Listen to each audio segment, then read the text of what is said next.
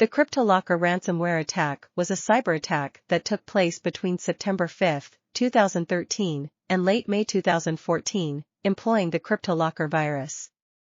The attack, which used a Trojan to target Microsoft Windows-based devices, is thought to have first appeared online on September 5, 2013. 1. 2. It spread using infected email attachments and a Game Over Zeus botnet that was already in place. When launched, the malware used RSA public key cryptography to encrypt specific types of files saved on local and mounted network devices, with the private key only being kept on the malware's control servers. The malware then presented a message that threatened to delete the private key if the deadline passed and offered to decrypt the data in exchange for a payment either via Bitcoin or a prepaid cash voucher. The software offered to decrypt data via an internet site run by the infection's operators for a much higher sum in Bitcoin if the deadline was missed. There was no assurance that making a payment would decrypt the content. The impacted files were still encrypted in a manner that researchers thought was impossible to decrypt even if Cryptolocker itself was simple to delete. Others said that paying the ransom was the only way to restore deleted or unbacked up material, while several argued that the ransom should not be paid but offered no solutions. Some victims alleged that even after paying the ransom, the files weren't always unlocked through Operation Tovar, which destroyed the Game Over Zeus botnet that had been used to disseminate the ransomware. Cryptolocker was isolated in late May 2014. A security company involved in the operation managed to access the Cryptolocker private key database, which was then used to construct a tool that may be accessed online to retrieve the keys and files without paying the ransom. It's estimated that the owners of Cryptolocker were successful in extorting about $3 million from the Trojan's victims. The Cryptolocker term or variations has been used by subsequent encryption-based ransomware attacks, but they are unrelated. How it worked globally. Typically, Cryptolocker spread via an attachment to an innocent-looking email that purported to be from a reputable business. Because Windows by default hides the extension from file names, a zip file attached to an email message contains an executable file with the file name and icon disguised as a PDF file. This takes advantage of Windows' usual behavior to mask the real .exe extension.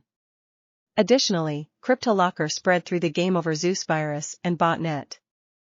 The payload creates a key in the registry and installs itself in the user profile folder when it is first executed, making it run every time the computer starts up.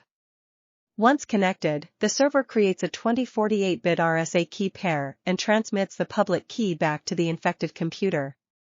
It then makes an attempt to get in touch with one of the chosen command and control servers. The server can be a local proxy and use intermediaries, usually relocating to new nations, to make it more challenging to trace them. The payload then uses the public key to encrypt files on local hard drives and mapped network drives, logging each encrypted file to a registry key. Only data files with specific extensions, such as Microsoft Office, OpenDocument, and other documents, images, and AutoCAD files, are encrypted by the process.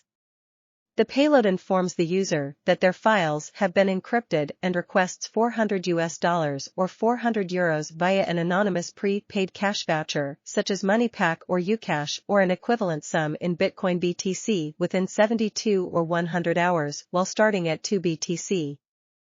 The operators have reduced the ransom payment to 0.3 BTC to reflect the shifting value of Bitcoin, or else the server's private key would be deleted, and nobody and never, will be able to restore files. The decryption program can be downloaded after paying the ransom, and it comes pre-loaded with the user's private key. According to some infected victims, despite paying the attackers, their files were not decrypted. The creators of Cryptolocker released an online service in November 2013 that promised to let users decrypt their files without the use of the Cryptolocker program and to buy the decryption key after the deadline had passed.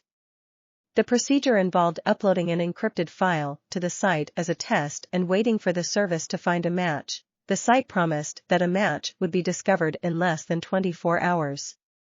Once located, the customer could purchase the key online. After 72 hours, the price rose to 10 Bitcoin. 10 Bitcoin will be worth around $215,830 or slightly under $250,000 in 2022. Takedown and recovery of files.